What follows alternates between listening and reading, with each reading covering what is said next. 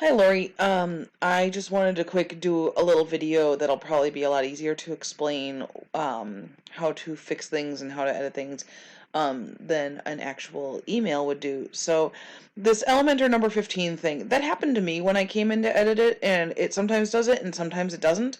Um, so I just wanted to show you that if ever that happens again while you're in there, it's super easy. So I'm just going to go back to the dashboard. I actually typed this in because it wasn't doing it for me again for whatever dumb reason. But okay, so if that happens again, this is the dashboard. This is where when you log in and, this is where you start off. So to get to that page, you would have gone into pages, and here it's called Elementor 15. If everything is good, you'll see it called no title, like it does up here. It would be called no title front page Elementor. If it says that, you're in good shape. But if for whatever reason the Elementor number 15 shows up, like I said, it did that for me randomly even after I had fixed it. So I just wanted to show you, it's super easy. It's just like a Word document. You can click in there, highlight it, click delete, and then up in the right corner here it says update.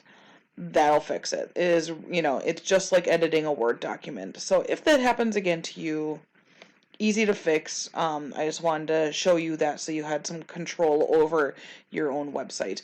And you were looking at doing stuff with products. So let's go back to dashboard. It doesn't really change on the side here, but this is where you are when you first log in. If you want to go in and change around things with your products, there is a products button right on the side here. And if you go into that and futz around with any of those things, you will not change anything on that homepage. That Elementor number 15 won't do anything. So I'm not going to make a whole video on working with the products. If you remember how to do some of it, go ahead and have a ball, get in there. But just know that, yeah, if you're in this products area here, you're not going to mess with anything that I've done. So hope this helps, and I will keep you posted on further updates.